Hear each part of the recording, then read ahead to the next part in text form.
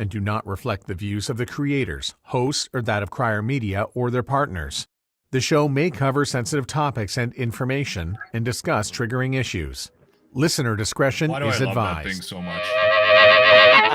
Tells everybody there's a storm brewing. Is that why? Disclaimers. Who doesn't need the odd disclaimer? And you know what we need a disclaimer for today, too? This shirt. Apparently, you just decided to put this up to start the podcast. Thank you very much. That's nice. I can't help it. I'm just a middle-aged snack. Have I said that before? Yes, I have. Because I am. And we're selling those shirts at the Dean Blundell Show. Does it suck being a 50-year-old snack basic supermodel? Yeah. Yeah. Nice. Hey, buddy. You are not feeling well. I got the vid.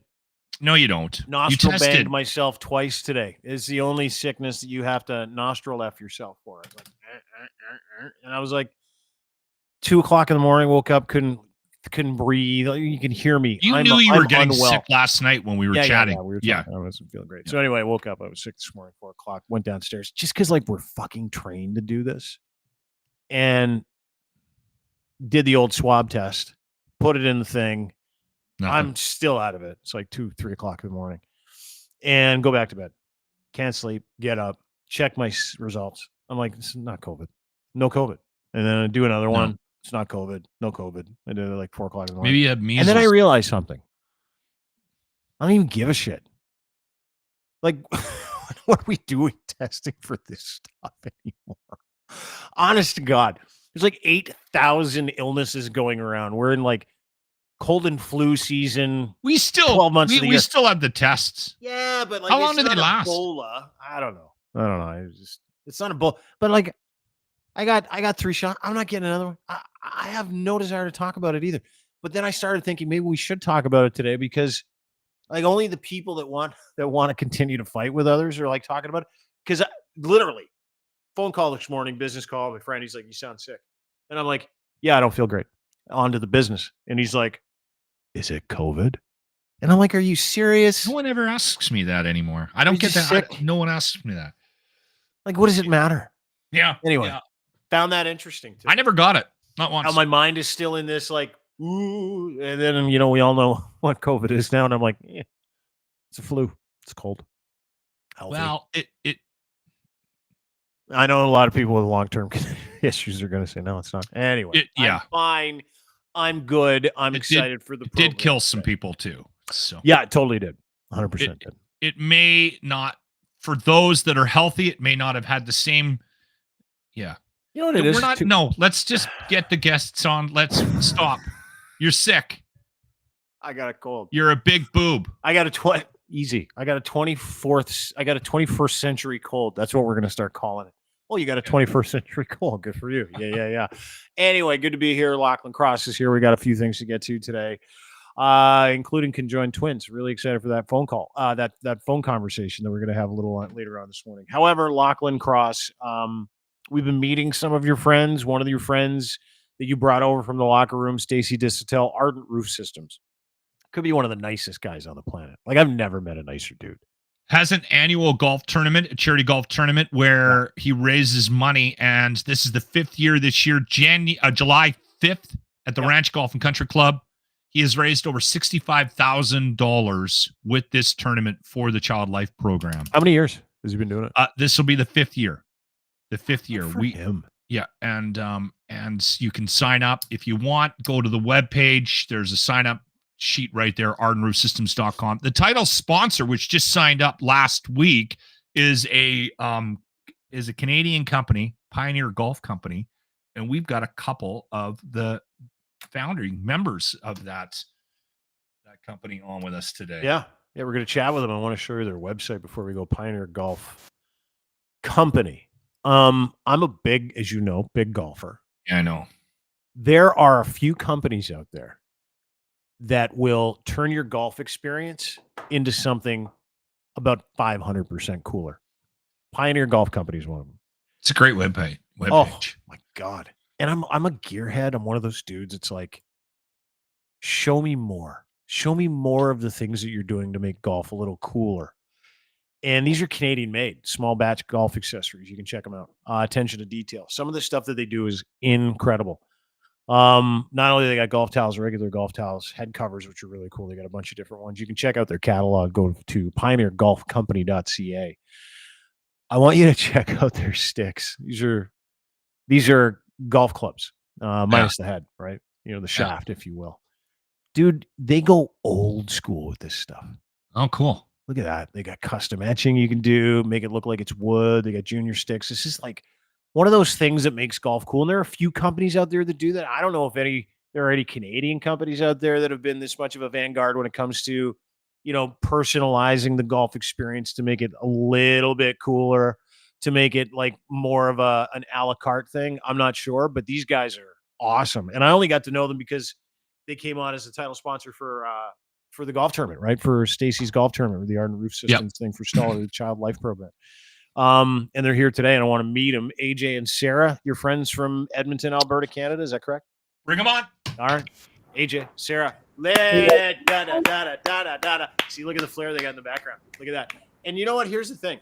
This is a husband and wife team. And they're smiling, and they're still business partners.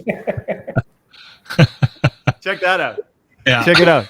There's a husband and wife team, and they're smiling, and they're still business partners. Nice to meet you both. How are you? Good. Well. How are you guys? Yeah, we're really good. Really good. You're in Edmonton. Lachlan's in Edmonton.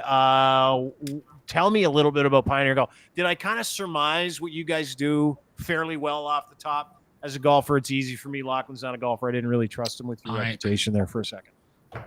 No, absolutely. So we basically do small batch, high-end leather head covers, as well as some hickory alignment sticks that are fully customizable. Yeah. We recently acquired a company in the fall of last year, so we've kind of ramped up our production and what we're able to do. So doing a lot more stuff with golf courses, corporate, just kind of anything golf accessory wise, where we kind of got our fingers in it. So yeah, well, good for you because it's super cool stuff. You guys been married a long time? Yeah, we 5 years as of December. Yeah. How long have you been business partners? Shortly after that. Lach, could you be your business partner with your wife? Do you think that would work out? I'm gonna be very careful on how I choose my words here, but let's just say, and I love my wife. We've been together a long, long time. And but she's I think the professional in the family, right? Yes, the separation during the day was a strengthening position for our relationship. Yeah. I appreciated the fact that I got to go away from the house, and I think she probably benefited from me being away from not the only house on a benefited, fairly regular appreciated basis. it probably more than you, right, Sarah? Yes. Like, do we I've never not... understood that couple that gets up, they make coffee together, have a quick bite to eat, get in the car, drive to work together, and then spend a whole day working together. That is Herculean. I don't know how else to. How does it work, reference Sarah? that. I'm not talking to AJ right now. I'm talking to Sarah. How does it work? I So- want the truth. I think the savior here is that AJ is still working full time outside of Pioneer. So I think we still do have that separation for right now. So Let's go. we're okay for right now. good. Just right now. I love it. She's like slow playing that one. When We're did you- okay right So now. you've been married She's for putting 5 years. AJ on the blast too. She's Yeah. like, we're okay right now, aren't we, AJ? Right? Right now we are. Just Today's saying. good. Today's a good day. So you guys have been married 5 years. You got into business shortly after getting married. So when did you start Pioneer Golf Company? It would have been I guess the winter that we did get married. I'm also a bit of a golf sicko, gearhead. Always wanted different head covers, would paint fill my own irons, just try to be a little bit different. So Canadian winters, you got a lot of time sitting around with not a whole bunch to do. I had an idea that I wanted to try and make my own head covers. So spent probably a little bit too much time trying to figure it all out. And eventually we got to a point where we were able to turn out a usable product. And from there, it expanded and grew, we honed our skills, kind of adjusted things, tried to make our products as good as we possibly can. And now we're at a spot where we got an 8,000 square foot warehouse, employees, and it's producing equipment and gear for like all over Canada. Dude, That's insane. Yeah, it's I a great love story. that story. I absolutely love that story. So you just took this passionate thing that you were a total nerd about, AJ, and you get married and your wife's like, you love this stuff too much. And you're like, I should probably do it for a living. And most people in your situation would be like, their wife wouldn't be super supportive. They'd be like, you know what? Head down, do your job, keep making the money. Let's not put out a whole bunch of capital so you can follow your passion into bankruptcy, right? But that's not the case. Like, you started this 3 years ago. So Sarah, did he have to twist your arm, or do you believe in him that much? Or were you like, oh, maybe he's just really good at this stuff?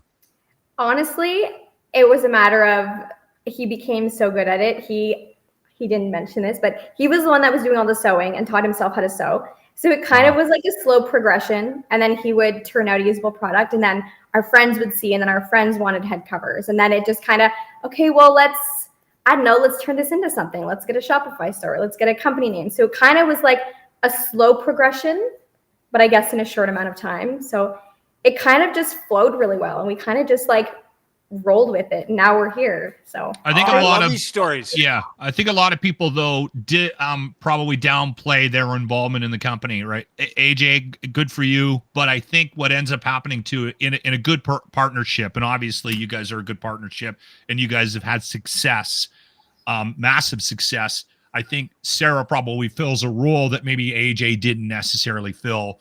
And so you guys made a good team, and probably both deserve some credit for where the business is at today. AJ's a dreamer, isn't he? You're the button down person that likes to do the details, and you're like, is that how this relationship works, Sarah? Right? honestly, it's kind of a mixture on both ends. Like, it just, Huh. I don't know.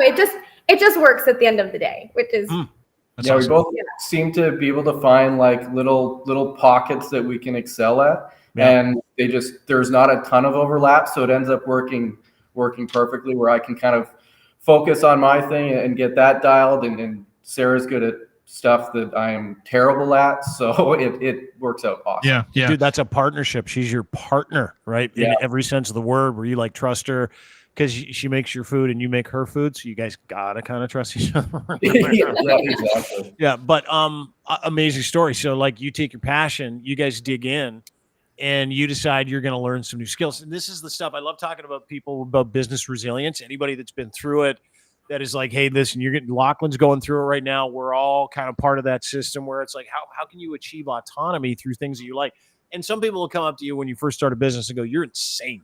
You're going to spend all that time and that capital to try and do something. There's lots of people that are doing it. The barrier to entry is this. You're not as creative as these companies. Like Ping already does that. Nike already does that. And you're like, no, I'm going to do this because I love it. And the feedback I'm getting is great. But then you have to do something where you feel dumb, teach yourself how to sew because you don't know how to do it, right? Where you're like, okay, that in itself is egoless, is it not? Was that hard for you? Was it like, okay, listen, I love this so much, I'm going to teach myself how to sew? Because that's a skill that you need that you don't necessarily want to go to school for or acquire, because it's fairly daunting, sir. Yeah, truthfully, it's probably more stubbornness more than anything else. Yeah. I got the idea in my head, and for the most part, once I kind of set my mind to something, for better or for worse, I don't really stop until I get it all figured out. So it was just one of those things where once I decided that I wanted to try and do it, I didn't really want to give up or accept that I couldn't figure it out, and eventually just got to the point where I was competent at it, I'll say. Is there a product, guys, that you've created that you absolutely love? Is there one piece that you guys are like, oh, this is? I don't know if there's one piece per se. Some of the early stuff that we did was really, really cool because we were able to kind of see it start to finish. A lot of the ideas, though, that we're getting from customers for course orders and stuff like that, kind of seeing whether it be a basic sketch or just a kind of description of what they're looking for, Yeah. and kind of going through the whole process of, okay, we're going to mock it up. We're going to do the things that are possible to be done. We'll steer clear of the stuff that's maybe going to not turn out as great as it could a different route. And just seeing it go from ideas on a page to a head cover in someone's bag is always a pretty rewarding thing. The stuff is really cool. Oh yeah, dude! Look at the catalog that they have. Ball markers, great ball caps, cool stickers, head covers. They got everything. They got hoodies and everything. You can go on and you can order individual items, obviously, but I mean, you guys do a lot of work with companies, like you said, corporate stuff, and probably a lot of golf tournaments. Where do you have a sense of where most of your business comes from, Sarah? I would say most of our business right now is coming from golf courses. Yeah. For gear to go in their pro shops for their members. So Okay. yeah, I would say right now it's golf courses for sure. That's cool. And you work directly with these clients on what they're looking for. So there's design stuff that you guys have to do and things to that effect. Yeah. Yeah, People like so- golf course logos and stuff like that. Yeah. Yeah, absolutely. Yeah. Yeah, we have we'll have like stock designs that we can plug and play logos into. Yeah. For courses that maybe not necessarily have like exactly what they're looking for, and just kind of are looking for like a little bit of direction to narrow it down, because when you're kind of looking at that blank piece of paper and you're like, all right, what do you want to do? We can kind of do anything. At times that's almost so daunting that having 10 or 12 different designs that you can change colors, add logos to, things like that, it just seems a little bit on the easier side. Mm-hmm. Mm-hmm. Yeah, I guess it would be. It's interesting because everybody that loves the game, if you do love the game, you love all parts of the game if you're a golfer, right? And the part of the game that a lot of people love that goes unheralded, right, is the actual fashion of the game. But it's not even necessarily what you're wearing, right?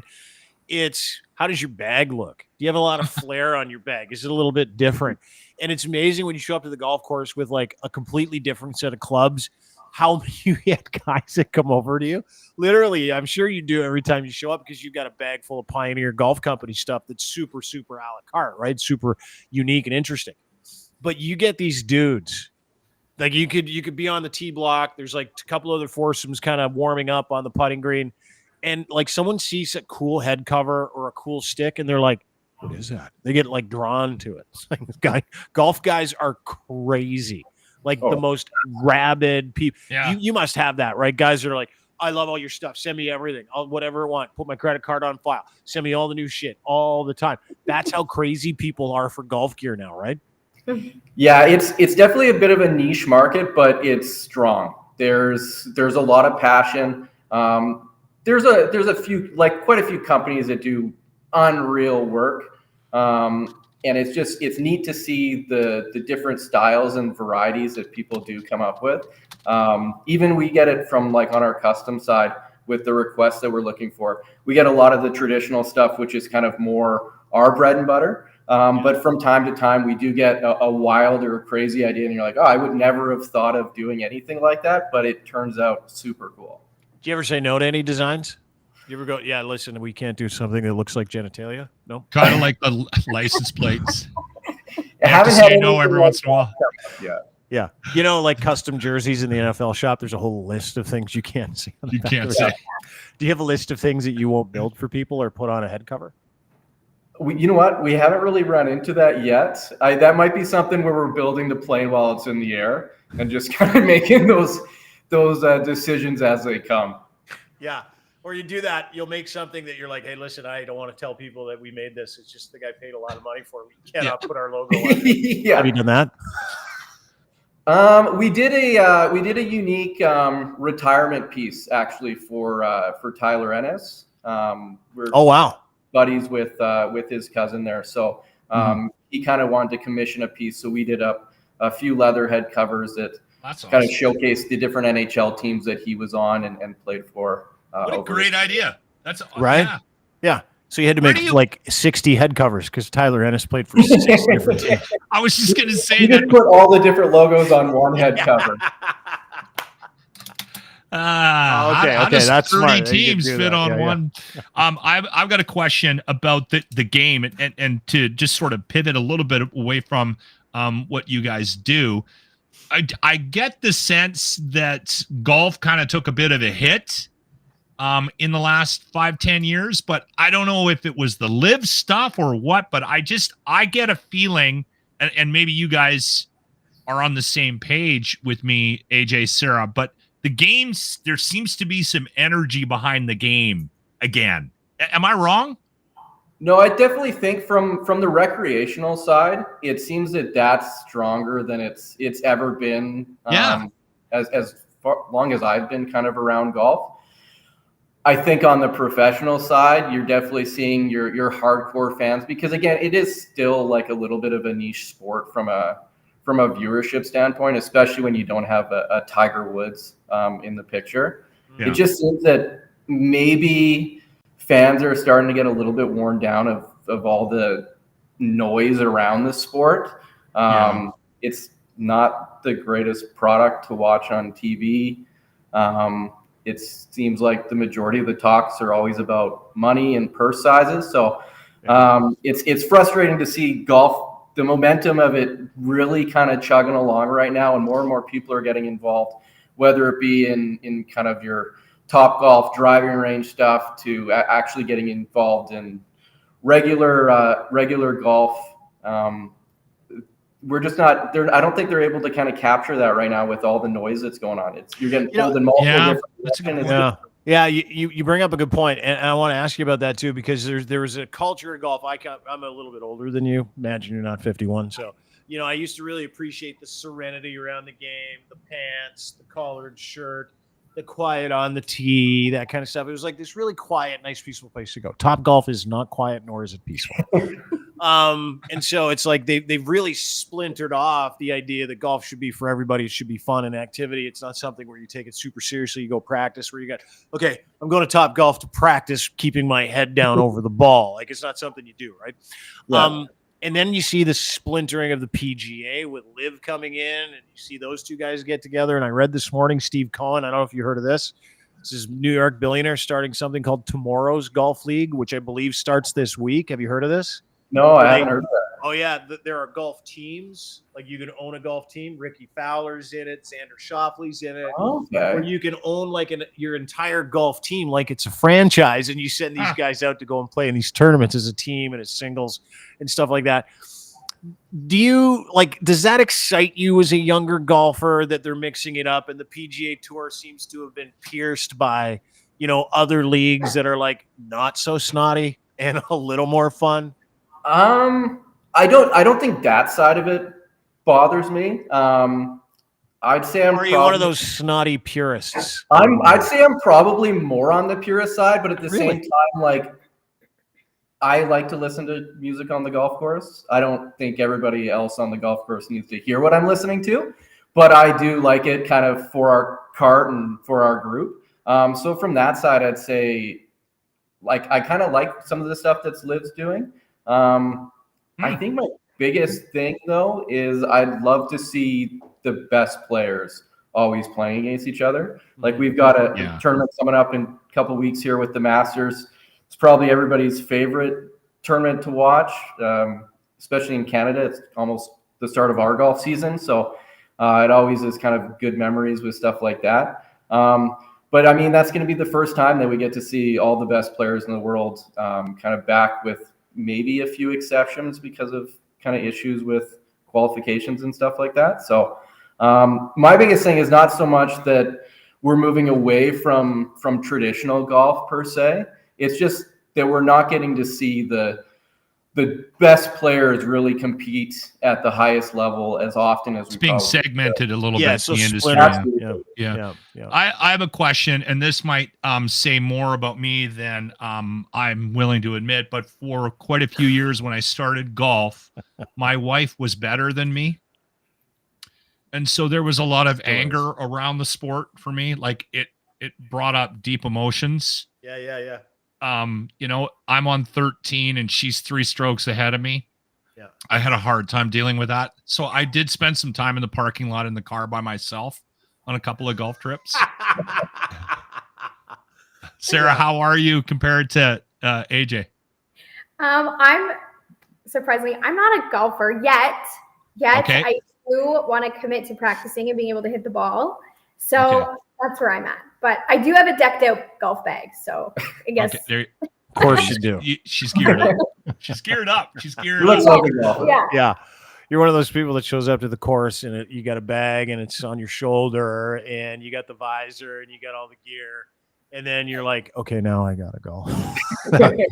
I'm just along for the snacks and maybe a beverage or two. Yeah, as you should be. Yeah. I'm there for the beverages quite often as well. Yeah. I used to be too. It's funny because I remember I used to call it swing oil. Yeah. And I used to and I legitimately, this is a true story. So I played in this pro-am years ago and I was like 2 over after 3. And I'm like, I need a drink. I went 5 under over the next 6 holes. And I'm like, that's it. Have more drinks on the back. 10 over on the back. So that's when I stopped drinking. But it was so fun. Like this is the thing about it, right? Like I remember when the pandemic hit. Did you guys start the business during the pandemic, by the way? It was just before. Yeah. Is that fun? No, it was. It might have been one of the best things that happened. It really forced us to get creative. It forced us to source out material from more locations. We try and keep as much of our material local as possible and kind of support other local businesses through that. So it was really difficult with closures, companies running out of the products they were selling, not being able to replace them with shipping and stuff like that. So we got very good at finding out all the different places that we could get what we needed. It was super stressful to start, but I do think that it kind of it forced us very early on to it's either like figure it out or move on. Find black market supplies. Yeah, exactly. Yeah. Guy named Jerry showed up at the back of the warehouse. Yeah. I feel like you're doing something wrong. Hey, dude, you got the fabric. Listen, guys, I don't want to unload the fabric in front of the cameras. I really want to thank you guys for your time. And I know I talked to Ardent and Stacy about your involvement in the tournament, and he was thrilled to have you guys again involved, but this year in an even bigger role as the title sponsor of that tournament, which is happening at the Ranch Golf and Country Club on Friday, July 5th. If you go to ardenroofsystems.com, you can sign up, register yourself as I believe he's got a couple of sponsorship opportunities still available. So if you're in the Edmonton area, you might want to give him a shout and touch base with him on that. But sign yourself up as an individual or a team. I will be hosting that day. The Ranch is a fun place to do a tournament to get the famous steak dinner. And then Arden also has a massive silent auction every year, which raises a ton of money as well for the Stollery Child Life program. So you guys, I know Stacy he was thrilled. He called me right away when you guys signed up to be the title sponsor. And I said, well, then we're going to get him on the podcast to talk about this amazing local company that, by the way, does a lot of work right across the country. So if you're listening to this in Ontario or you're listening to this in Halifax and you're looking for something cool, you might want to check out their webpage. Dean, do you want to throw it up one more time before we absolutely sign off with them? I would love to. Pioneer Golf is the name of the company. PioneerGolfCompany.ca is where you can find this. Beautiful.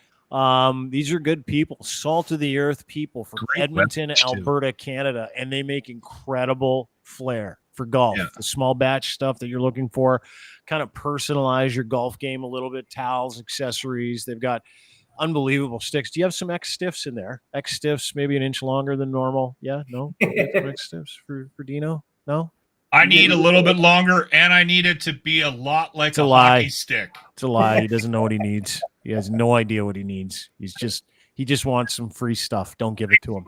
I swing as hard as I can. Yeah.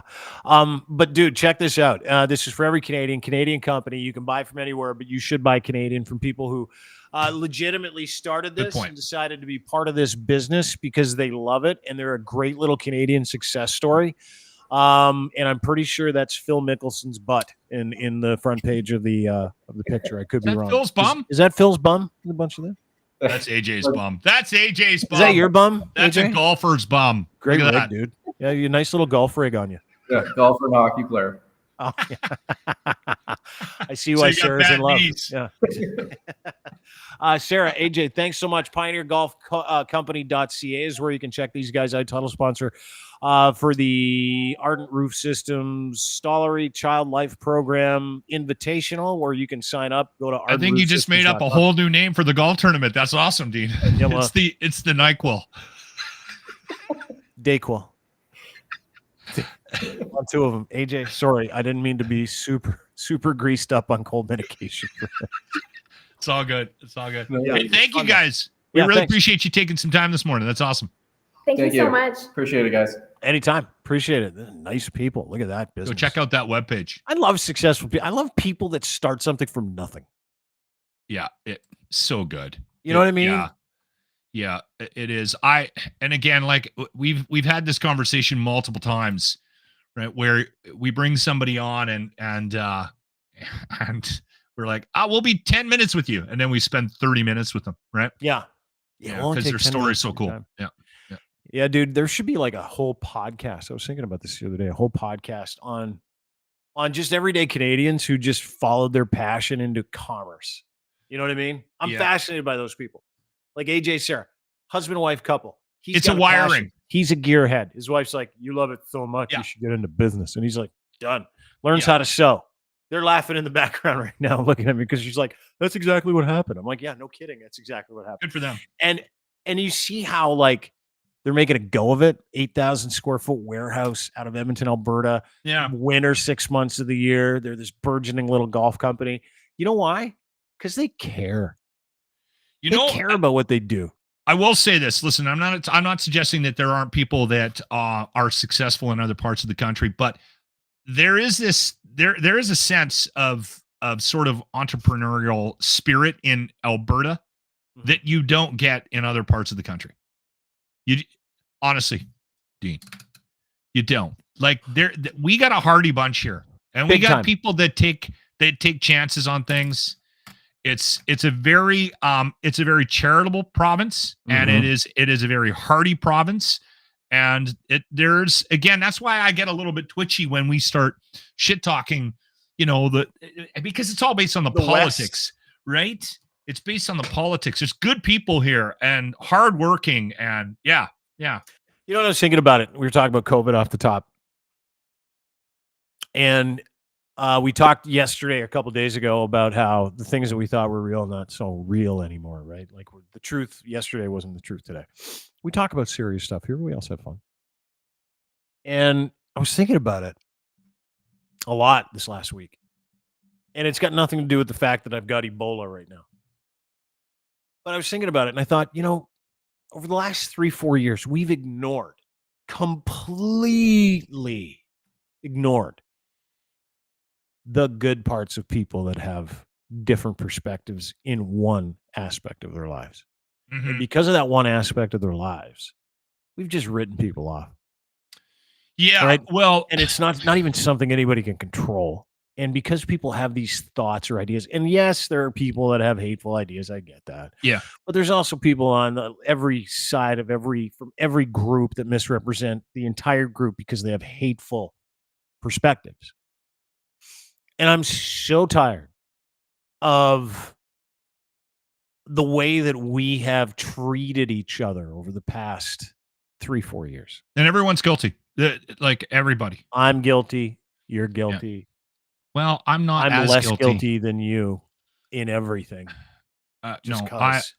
can I say something? Because it's interesting that we're having this conversation. So we do this Please. retro replay of the day from the locker room. Yeah. So I've been going back. I have like every moment of the show that we did for 9 years, like archived. And so I've been remembering breaks that we've done, and I'll go back and try to find them. And for whatever reason, I think it was like last couple of days, I've been around March, April, May of 2020. Mhm. And I've been listening to those shows, and I was curious. I stopped and paid attention to how we navigated this. And you know what? It's interesting. I was saying this right out of the gates. I was saying, like we're just doing our best to digest this information and try to, I'm trying not to have an opinion one way or the other. I want to do the right thing, but at the same time, my brain, the way it's wired is I automatically go towards, I don't trust somebody telling me that I have to do this. Right. So there was this struggle and this back and forth. And I remember it quite clearly, especially after going back and revisiting some of these conversations that we were having. And again, like I made mistakes. We all made mistakes. We all jumped too quick. I remember having a conversation recently with you saying how scared you were about what was happening. And again, we were all in that kind of boat. And we were all reacting according to our own sort of situation. But and listen, I'm not trying to take credit for something here, but I think I handled this really well as a broadcaster because we were pointing out some of the stupid stuff and we were like, this is crazy. Like I remember I was listening to a conversation we were having about the masks. And this was before anybody was all wound up about masks. It was like literally very early on in the conversation. And I'm like, okay, listen, if somebody tells me to put this stupid thing on, I'm going to wear it. I also have to wear pants to go buy liquor, right? So I'm going to put it on. I'm going to try not to be it. But somebody there tell are minimal rules that you follow, yes. But but I remember saying out loud, is this really going to protect me from a deadly disease? It's a piece of cloth that my wife sewed in the kitchen, right? Like, is it really going to help? And okay, maybe it's only 5%. Okay, I'll wear it then. I'll wear it. Why are we telling everybody that this is going to save all our lives when it just seems ridiculous? And then it kind of weaves its way into the conversation we've had lately when we bring these people on, their perspective and what they went through framed how they viewed this whole thing. And that's the conversations I think we need to have moving forward about how we handle this stuff down the road if we ever have to handle it again. Like Massive Damage last week. He lost just about everything. Everything he loves was taken away from him. So when you hear him yell out, Justin Trudeau can eat a bag of dicks, you kind of go, okay, he lost everything. Yeah. Right? And that's the piece that I regret not addressing during the pandemic, was taking a minute to listen to people like Massive Damage. Taking a minute, and I'll tell you something. If not for my girlfriend, I would not have this perspective. And I'm not going to get into it, but this person has opened my eyes to individual preference and choice. And we've seen both sides of the equation, super vax, anti-vax, whatever. Seen all those people try to use that as an absolute, right? We're still doing it. People are still doing it. 100%. I'm watching, and I get it. They're infectious disease experts going, hey, everybody, this new. I'm like, I don't care anymore. I don't care. I did my piece. Everybody out there is doing their piece. We are a sick society. We're not going to get any healthier. It's endemic now. Why are we using this to hurt each other? Why? Why are we doing that? I'm gonna put this video out and dunk on everybody because of how dumb I think they are, right? Yeah, and because they're not vaccinated. Like I saw someone the other day that I worked with. Nice guy.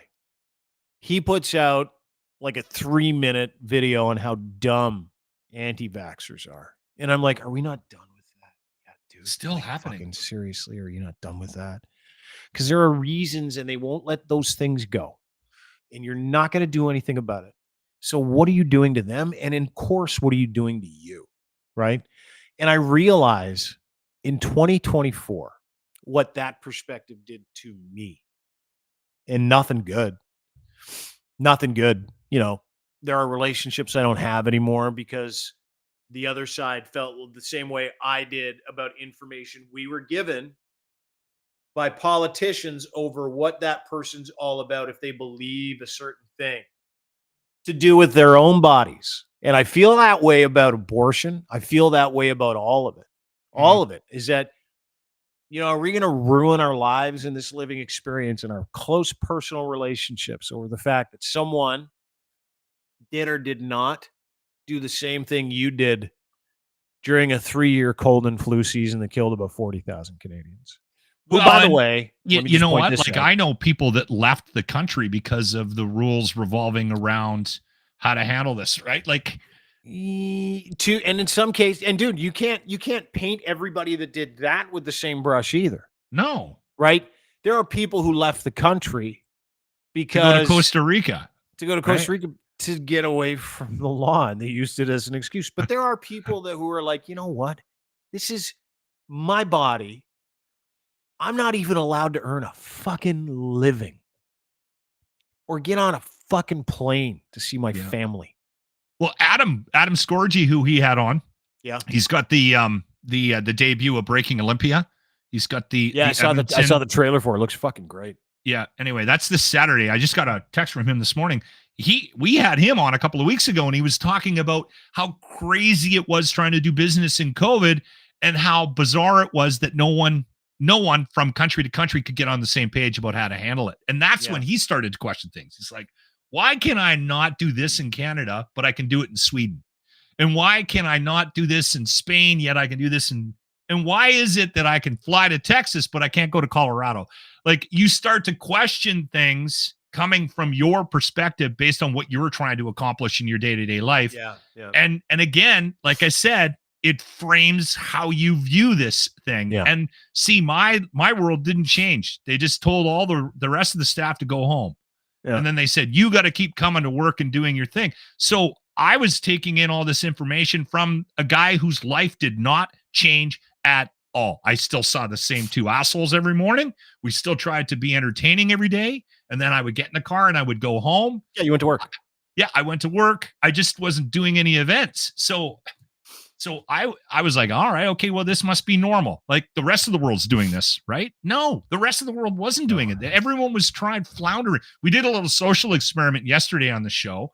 You want to read those tweets now? I would love to. Yeah. How This angry kind of people ties are. into the conversation that we were having.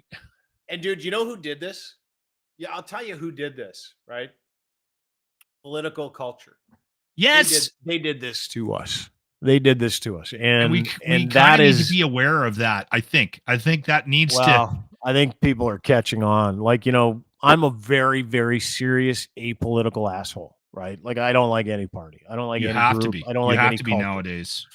And people are starting to catch on. Like yesterday, we had that tax conversation, the carbon tax. By the way, saw a bunch of people in Alberta protesting fuck Trudeau flags yesterday. Well, they were doing it right across the country, just so you know, not just Alberta. Well, I'm not. There you go. So you're doing it right now. It doesn't upset. You're doing exactly what you said you didn't want to do. No, it doesn't upset me anymore because I'm like, oh, I get it. I get why you hate them. I mean, I don't get why you spend a whole day decal your whole car, waste a bunch of money and time on it. But hey, you do you, boo. You do you. You hate what you want to Listen, hate. whoever came up with the fuck Trudeau design deserves some kind of an award because it's actually not a bad looking design. I think it it's looked the- really good on the back of the Subaru for about. I think it's 6 the month period. I think it's one or two of the Canada Proud people, same people that are suing us for hundreds of thousands of dollars. For Well, they're suggesting really that good we- on that program that made hell that of a design. fucking flag design. Yeah, it's really taken off. So here, I'll show you a couple of the. Yeah, the tweets.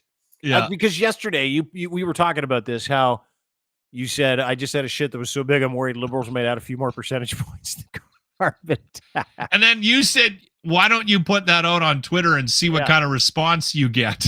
Yeah. Just to sort of, so we were kind of trolling Twitter yesterday because that was just a text to Dean in the morning while I was sitting on the toilet. I was trying to be funny. Yeah. You're And in then I hit Alberta, back so with, Daniel like- will get you with the provincial tax too. Like some people just cannot help themselves, right? Well, yeah, that's their way of defending a different tax that Trudeau put in. Wow, you're an idiot. That's from Sharon. We have a new leader in the clubhouse. They took it That was my seriously. favorite response. Wow, you're an I should idiot. have shown that one last. This one's good too. He tried to take a nice, easy way out. Thank you Yeah. for doing your part, good sir. You know what, dude? It's like amazing how seriously did you name it Justin before you flushed it away? Like I hope we do next election. These guys are so mad about who the next prime minister is going to be. Oh, And I and don't you know care. what, man? I don't know if you saw this because I know you've been a little out of it this morning and Yeah. you're whacked out on cold medicine, but I sent you a picture of because I cut that conversation out from yesterday's podcast that we had about the carbon tax. Yeah. And I did a little in the biz, it's called micro content. And I put that out and it took off last night. I had a look at it and how many? It's got over 10. It had 8,000 before we started the podcast. It's got over 10,000 views on Twitter Seriously? or on TikTok. Did you tag me in it? I didn't even see it. No, it sent you a text. Oh, you put it on TikTok? I put it on. Yeah, What are you, I 12? put all our stuff on TikTok. Oh, I'm a Chinese spy. You don't Something look you should like probably know about me. You do not look like a Chinese spy. Like, look at that 10,700 views on that Alberta carbon tax math. Yeah. Yeah. We did the Conversation math for from everybody yesterday. Anyway, my point was the pandemic fucked us over. It Like did. we're, and it's, and it's not like I was thinking about it too, because I have lots of friends that think the same thing. Like literally one of my smartest friend. I have a friend who's the smartest person I know. Smarter than Smarter anybody than I've you? ever met. Oh yeah, 100% smarter than me. He's like the smartest guy I know. And we go for coffee a couple weeks ago. And I'm like, Hank, you make a COVID. He's like, do you think it was fake? And I'm like, really careful how I answer that question. And he's like, and keep in mind, science, proof, data, smartest guy I know. And I'm like, no, do you? He goes, getting there. And this guy reads, and is not in a silo. And he's like, I have a feeling. And this was like, and I believe this to kind of be the prevailing. I love. kind Are of we getting into conspiracy theory waters? I love this. not quite. Okay. Like how we're kind of, the poles have kind of collapsed and we're settling into the middle and these new ideas, right? And the new idea that definitely, and this is not a new idea because we see the result of it today because our neighbors hate us, right? Our friends are gone and all the other shit that we deal with on a daily basis because of this, because that guy's a lib, that guy's a con, that guy's a fascist, that guy's a commie. Like, fuck all of it. He's like, as much as people on that side try to pretend that this was just nothing but an operation, which he doesn't believe it was, the people on that side, he's convinced, and I'm convinced too now, absolutely used it to test the will of the people. Huh. And I do not doubt that for a fucking second. And here's what it comes down Divide to. and conquer. I think that you've got really strong cultural global entities now that are teaming up on the right, teaming up on the left, right? You get those, like in one country, you get the people from the left or the people from the right in one country, not a global movement. It's not that big of a deal. You can usually see around it unless it's a dictatorial country like Russia, where they get one piece of information and that's it, right? But globally speaking, business interests, certain interests, liberal interests, conservative interests, progressive, woke, unwoke interests. It's really what it comes down to. Have literally thrown the kitchen sink. And it's the really, really, really wealthy people. And this seems to be the new consensus. Really wealthy people took us for a fucking ride over the past 3 years, trying to convince us that we needed to get on one of those sides, right? I had a real problem just in the same vein. Just I don't want to interrupt your flow. Am I making sense? You're making total sense. My big issue during the pandemic was why was it okay to go to Walmart, but it wasn't okay to go to that mom and pop shop? That drove me insane. Why was it okay to go to the liquor store, but you couldn't go to your parents' fucking funeral? Yeah. How was a lockdown okay? How was a lockdown okay in this country? You want to know why I don't like Trudeau? I don't talk about this very much because it's like death talking about any one of these knobs, and I don't like any of them. Yeah. How is it possible that Justin Trudeau, 2 years after he gets a minority government, wins again? Sickest we've ever been. sickest, no vaccines. Hmm. How is it possible he calls an election 3 years early so he can get more seats while we're at our sickest, while he's also, on the other hand, advocating for people to go nowhere, do nothing?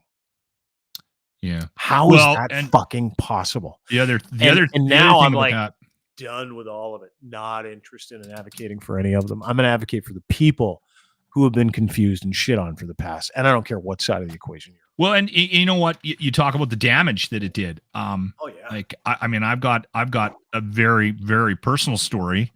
Like, so my mom and her partner, they never got married. My mom had been married a couple of times, so she chose not to actually marry Carl, and Carl and her were just a good couple. And they were together for 20 plus years, lived in Vancouver. And when the pandemic hit, Carl he was a little bit different, right? Like, and everyone knew this. It wasn't a big surprise that he kind of went a little bit onto the anti-vax side of things, refused to get a vaccine, and was vocal. You know, when I call mommy, Carl would want to have a conversation about it. And I listened, and he didn't do well in the pandemic. And he succumbed to cancer a couple of months back. We actually have a ceremony in Vancouver. It's kind of, he jokingly told my mom years ago that if he passed away before her, he wanted her to steal. There's a ship in the lagoon in English Bay in Vancouver. He wanted her to steal that, put his body on the ship, and burn it in Vancouver. And so she's got his ashes. He's been cremated, and she bought this replica boat online, and we're going to put it in the water. And I said, do I get to shoot it with a crossbow with a flaming Like a Viking? So we're still going back and forth about that. Yeah. So we're going down there to celebrate Carl's life. But Carl effectively, and again, this is going to sound harsh, but he killed himself with alcohol during the pandemic. He did not cope well, and drank very heavily, did not do well during the pandemic, and had a belief structure that was difficult to be. He ostracized himself from a lot of people. Yeah. And the only reason I bring it up is I like, Carl was a really good guy, like a very good man, and he just couldn't buy into what was happening. And whereas I was trying to do what I thought was the right, I think a lot of us were trying to do what we thought was the right thing. You were doing what you needed to do. I mean, I was trying to do what I needed to do. And it was a difficult time, because if you do what we do, if you create content, you're having daily meetings with people that also have very strong opinions. Yeah. And so there was this push and pull, and it was difficult to figure out who stood where and how you should present yourself. And we're still dealing with that. And, you know, there are probably people that would never come onto this podcast because of their perceived idea of what my opinion was during COVID, and maybe yours. Right? Like, that's just crazy that is still happening over a sickness. That affects, and you know what? All of us, right? Like, and that's, I think mistakes. that's everyone made mistakes. Totally. But like, we literally hurt each other and are going to great lengths to do it still. Yes. Over an illness that nobody can control, that affects all of us. Stop it. What is your point? Like, what are you trying to accomplish if you are still in that zone right now? I don't understand. Where you're putting videos about how stupid somebody was that didn't get vaccinated. Yeah, I don't understand. I don't understand. You know, and I used to, like, you know, in terms of content, and listen, that's what runs this space now. Angry content. This person did this. That's who they are. They did this. It's what they are. You know, they did this, they're fascists. They did this, they're communists. They did this, they're Satanists. They did this, they're Christian nationalists. They did this, it's who they are. And the effort and the money that goes into presenting people as terrible people for certain cultures, it's literally murdering people. To your point, Carl, who died. I know 3 people that I worked with prior to the pandemic on there drinking that drank themselves to death in the first 2 years of the pandemic. I know 2 more people who are on death's door because of that thing, because they couldn't make sense Couldn't cope. of what happened. How do I deal with this? And their coping mechanisms are alcohol, so they double down and makes all the sense in the world. But are we done yet? I think that's the question I think everybody has to ask themselves. Can we be better than that? Can you be better than that? Can you be better than literally hurting your neighbor, a human being who's on their journey of life, and you're throwing logs at them, you blow darts at them while they're Mhm. trying to figure it out, and they're doing the same to you because you disagree on medicine that you don't understand, or you disagree on an illness that you don't quite understand, which was a terrible time for everybody. You Yeah. can't come to that point where you come back into the middle and you say, hey, because I can do it. Everybody else can do it. Yeah. And I'm telling you something. Here's the other thing not a lot of people understand. And I say this all the time, but there's nothing more true. What is bad for the hive is bad for the bee. It's worse for the bee. You are killing yourself, no matter what side of the equation you're on. If you hate Justin Trudeau or if you hate Pierre Poilievre and all the things that come with them, these are symptoms. These people represent symptoms of anger, and these anger flames have been fanned by these people, and they do it all the time for money, and they do it for influence. And that is the world we live in. And if you cannot understand that, and if you're going to take the side of any institution that's telling you who to be mad at, as opposed to going to that person and having that conversation yourself about with that human being, listen, I am friends with certain people like David Parker, other people who you'd go, you hang out with that guy. He has such different, like, what? Yeah, I do. For one reason only. They're nice to me. To I get like them. perspective, though, too. And they give That's me something perspective on what that's they have. something you have. That's a gear I've seen you grab here in the last couple of months that I find interesting. Well, that- we That we you're might listening think we're and you're right trying to Yeah. open up your mind to another idea. Well, we might think that we're right. right in a moment, right? Yeah. Like, there's so many people out there that are hardened to their perspectives of what they're right. And I still believe what I believe. What I believe is right for me might not be right for you anymore. And that's okay. And I want you to be happy. I don't know what that is or what that looks like for you or for anybody else. And I can't speak to your experiences. So why would I subject you to how I feel about myself and say, you got to do the same because this is my path. This is what I do. Not a lot of people want to walk a mile in my shoes. And I get it. And I don't want to walk a mile in other people's shoes. But to discount that experience as absolutely inessential to who it is you're dealing with because you know better, that's the problem we have with religion. That is the problem we have with politics. That is the problem we have with the law. That is the problem we have with media.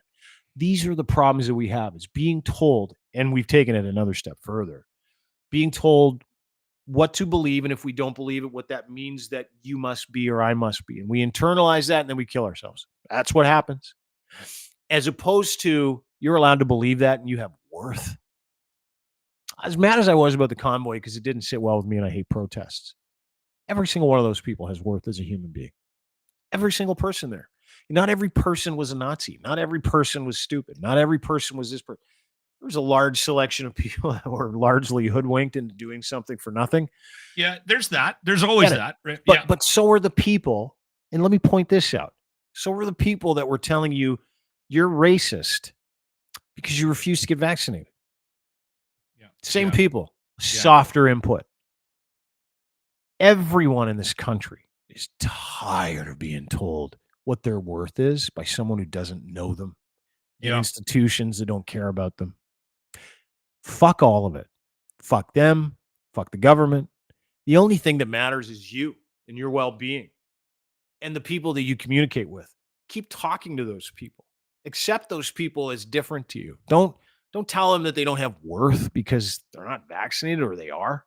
Yeah. Don't tell them that they're dumb or worse than you or less than you because they choose to wear a mask or not, or believe in God or don't. Listen, I got my theories on religion. For the extremes, I think extremes misrepresent the whole in every situation. My family, all born-again Christians. And you won't find nicer people. You won't find more loving, accepting people. They're real Christians in my mind. They're misrepresented by other people. But for a long time, I take this tack that you guys are nothing because you believe in this weird thing that I don't believe in, man, Yeah. that's wrong too. Yeah. So for everybody that has the opportunity to go back, we're doing this in a podcast. And the reason why we're doing this in a podcast, because it needs to be on the record. Like when you decide you're not going to drink anymore and you're going to take that stand. I think generally speaking, everyone is tired of being told who to love and who to hate, who's smart and who isn't, and who we're allowed to talk to and who we're not. Okay. Well put. So let's all try a little bit today to fucking take your guard and put it down here. You know, we can't do this to each other anymore. That is not the Canadian way to do things. We welcome people with open arms. Doesn't matter where they're from or what their beliefs are. Yeah. Because someone believes something different than you. I mean, sure, within reason.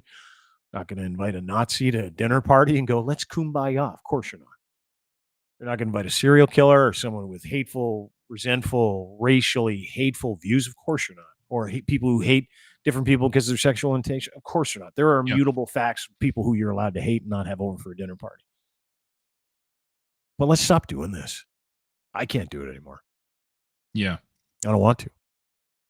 The one truth, though, and we can wrap up with this, is that Justin Trudeau is to blame for all of it.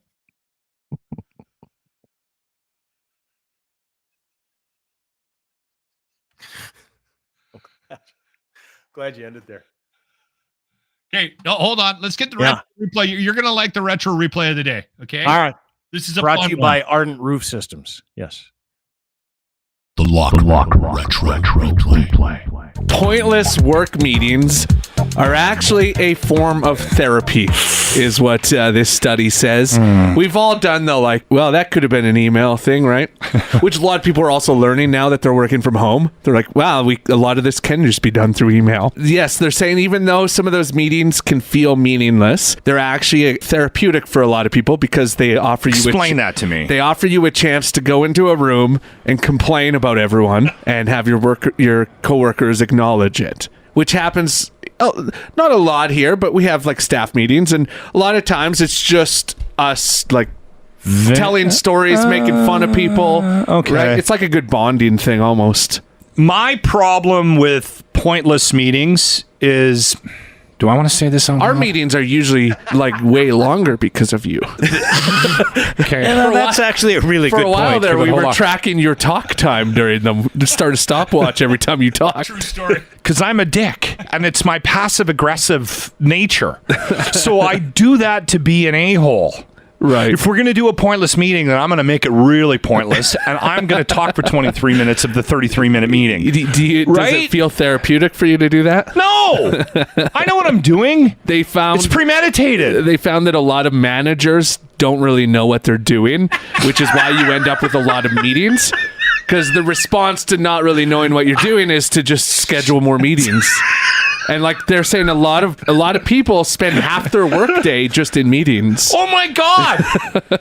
There's somebody driving into work right now that wants to drive into ongoing traffic because of this conversation, because Yeah. they know their entire day is going to be a meeting. It's just going to be them. And if they're working from home, they'll be on Zoom or Skype with people. And I'm not a meeting guy. Tell me what we need done. Yeah. And I'll go do it. Meetings for the sake of meetings not your cup of tea. drive me insane.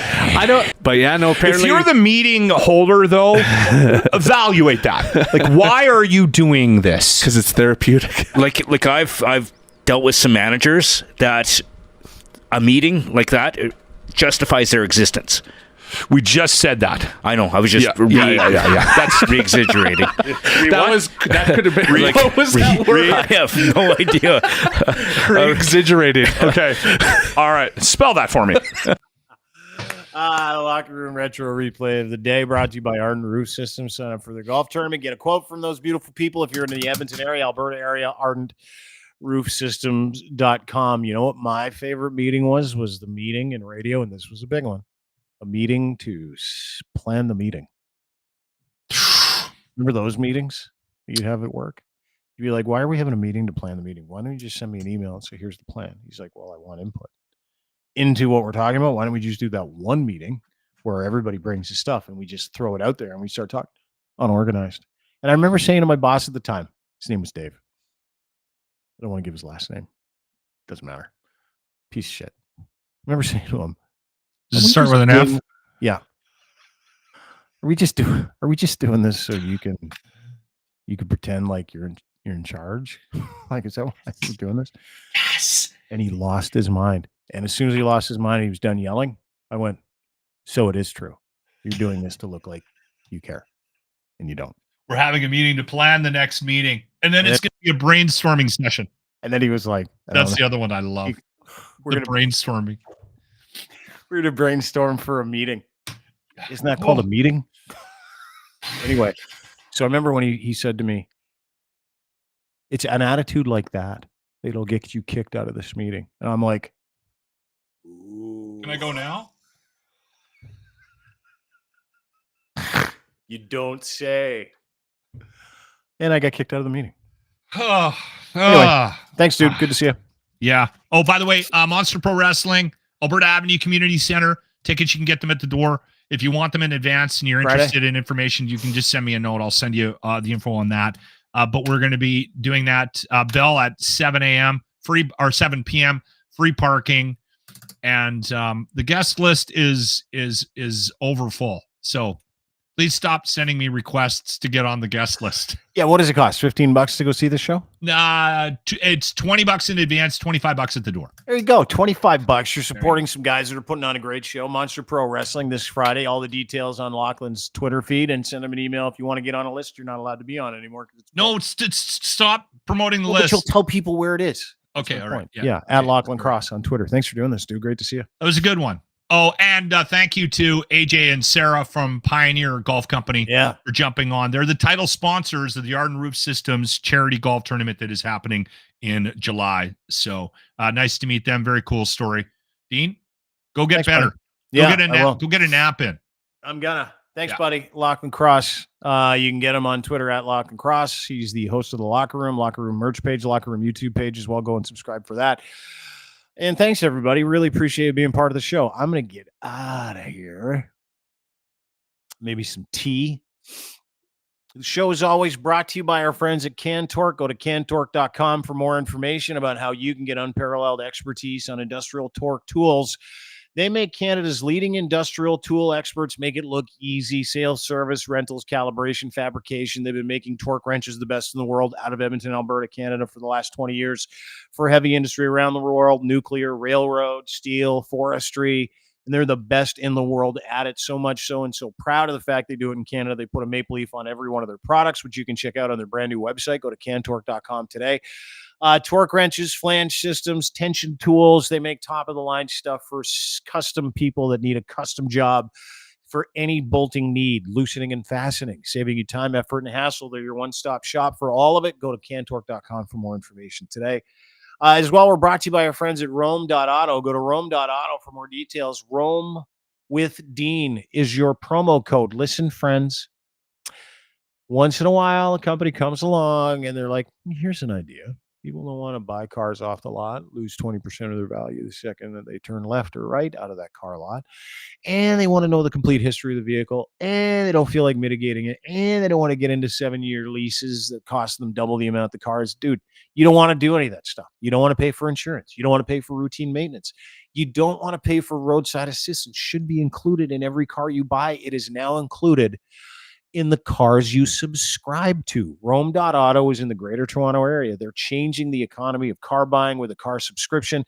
Insurance, routine maintenance, roadside assistance included. Everything except for fuel. There's no lease or interest payments. Simply pay as you go. Flexible monthly payments. 1 month, 3 months, 6 months. Home delivery and valet service available.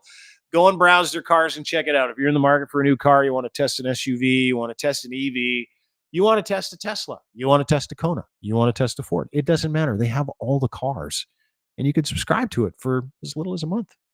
One low interest, no interest payment, insurance, routine maintenance, everything included. Go to Rome.auto. Rome with Dean is your promo code. By the way, Rome with Dean, that promo code gets you $150 off. It's a great deal. Also, we're not brought to you by the Pope. Wrong slide. Brought to you by our friends over at FactCheck. Go to factcheck.io and check into their brand new software. It's a disinformation killer. FAKTCHEK.io. If you believe in what you read and you never question anything, don't download this. It'll destroy your faith in humanity because it gives you the truth. It gives you the source, the origin epistemology of a tweet or a news story. It tells you who's tweeted what, who said what, where it came from. And the where is as important as the what is as important as the why in disinformation.